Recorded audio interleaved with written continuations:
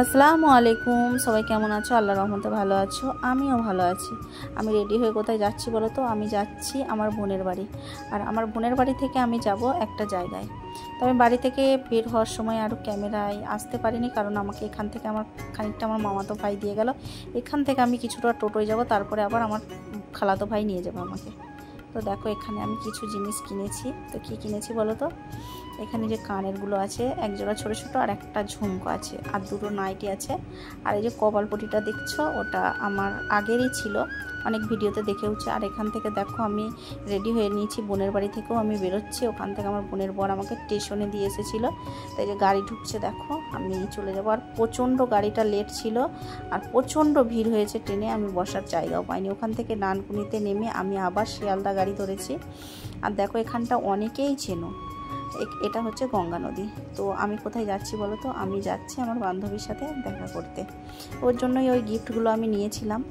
আমার ইচ্ছা ছিল যে আমি অন্য কিছু দেব, তো দেখা যাক, পরে যদি কোনো সময় সম্ভব হয় সেটা অবশ্যই করব।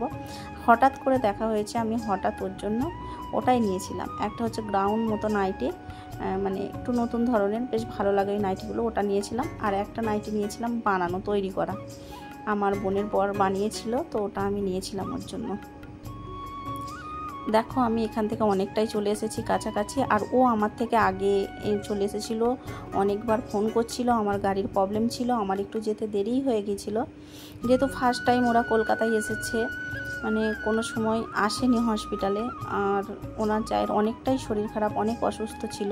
আর আমার ওখানে যাওয়া আসা আছে প্রায় 6 বছর, এই কলকাতা নীলরতন হসপিটালে। দেখো, আমি নেমে গেছি শিয়ালদা। ওখান থেকে আমি চলে যাব এবারে হচ্ছে হসপিটালে।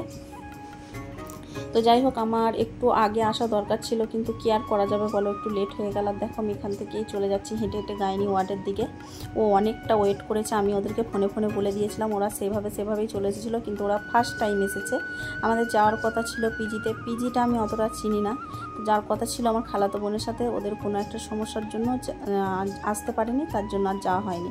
আর সত্যি কথা বলতে আমি পিজিটা অতটা জানি না, তার জন্য আমি এই নীলরতন হসপিটালেই নিয়ে এসেছি। আর আমার এখানে অনেক আগে থেকেই যাওয়া আসা। তো দেখো, এই যে বসে আছে ও ক্যামেরা করছে। আর এই যে তারপরে বুলটি ভিডিও কল করেছিল, আপু আর খুশবু ছিল, আমি একটু ক্যামেরায় ওদেরকে নিয়ে নিলাম। তো ওরা বলছে যে বেশ, তো তোমাদের দুজনার দেখা হয়ে গেল, খুব ভালো লাগছে, তোমরা খুব এনজয় করছো, আনন্দ করছো। আর আনন্দর সাথে সাথে আমাদেরকে অনেকটা কষ্টও করতে হয়েছে, কারণ ওই যে বুলটির দেওরের ছেলে অনেকটাই কান্না করছিল, প্রচণ্ড গরম ছিল। আর সত্যি কথা বলতে প্রচণ্ড গরম ছিল, আমাদের অনেকটাই কষ্ট হয়েছে। আর হসপিটাল এমনিই বুঝতে পারছো, প্রচণ্ড মানুষের ভিড়, তার উপর রোদ ছিল। তো যাই হোক না কেন, দুপুরের পরে একটু ওয়েদারটা নর্মাল হয়ে গিয়েছিল, মানে বৃষ্টি হয়েছিল কোনো এক সাইডে, তার জন্য একটু ঠান্ডা ঠান্ডা ছিল। তো কষ্ট হোক আর যাই হোক, দেখা হয়েছে। আমি যেভাবেই হোক না কেন অনেকটাই খুশি হয়েছি। আর আমি বুঝে উঠতে পারিনি এভাবে দেখা হবে। মারুফার লাইভেও আমাকে বলেছিল যে রুমা, আমি কলকাতা যাব আমার যাকে নিয়ে ডক্টরের কাছে, তুমি আসবে? তো আমি বলেছিলাম হ্যাঁ অবশ্যই আসবো, তুমি আমাকে বলবে। তো আমার আশাটা যেভাবে হবে আমি বুঝতে পারিনি। আর দেখো, তারপরে এই যে আমরা দুজনা বসে আছি, ও ফোনে কথা বলছিল।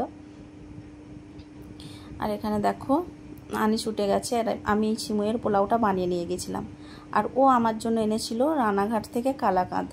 আর এই যে গিফটগুলো আমি দেখাচ্ছি, ও আমার জন্য একটা গিফট নিয়েছে, এই যে শাড়ি নিয়ে এসেছে। তো কেমন হয়েছে আমি আরও ভালোভাবে তোমাদেরকে দেখাবো। আমি অনেকটাই খুশি হয়েছি। আর সত্যি কথা বলতে কি বলো তো, কেউ যদি গিফট করে সেটা সত্যি অনেক অনেক খুশি লাগে। আমার অনেকটাই ভালো লাগছিল, কারোর কাছ থেকে গিফট পাওয়াটা সত্যি অনেকটাই মানে আনন্দর বিষয়। তো যাই হোক, খুব ভালো লাগছে। আর মন থেকে ভালোবেসে কেউ যদি কিছু দেয়, সেটা অনেক অনেক অনেক ভালো লাগে। ভালোবাসার জিনিস অনেক সুন্দর হয়। আমিও ওকে দেখাচ্ছিলাম জিনিসগুলো, আর ও দেখাচ্ছিল। দেখো, এই যে আমরা আবার চলে যাব, সব কিছু কমপ্লিট হয়ে গেছে। আর আনিস টাটা দিচ্ছে, আমাকে চুমু খেয়ে নিল, অনেকটাই মনটা খারাপ হয়ে গেল। দেখো, ওখান থেকে আমি আবার আমার বোনের বাড়ি চলে এসেছি। আর এই যে এইগুলো আমাকে ও দিয়েছে, এই যে এই ব্যাচটা দিয়েছে, মানে এই হিজাবের সাথে পরার জন্য। আর এই শাড়িটা দিয়েছে। শাড়িটা কেমন হয়েছে অবশ্যই কিন্তু সবাই কমেন্ট করে জানাবে। আমার খুব পছন্দ হয়েছে, মানে আমার এই শাড়ির একটা ইচ্ছা ছিল নেব, তো যে কিভাবে ইচ্ছাটা বুঝেছে আমি জানি না। আর এই যে চুড়িটা দেখছো, এই চুড়িটা আমাকে দিয়েছিল। চুড়িটা আবার আমার বোন পছন্দ করেছিল বলে আবার ও বলল তুমি তোমার বোনকে দিয়ে দাও। তো ভিডিওটা কেমন হয়েছে অবশ্যই সবাই কমেন্ট করে জানিও, আর বড় করব না।